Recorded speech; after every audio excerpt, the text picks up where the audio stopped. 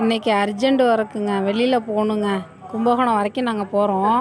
இவங்க ஏன் இங்கே வெயிட் பண்ணுறாங்கன்னே தெரில.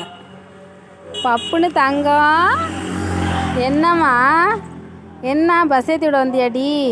அம்மாவை பஸ் ஏற்றி விட வந்தியாடி தங்கம்? ரோட்டில் நிற்காது, இந்தாண்ட வந்து நில்லு. இங்கே வா பப்புன்னு, இங்கே வா வாமா.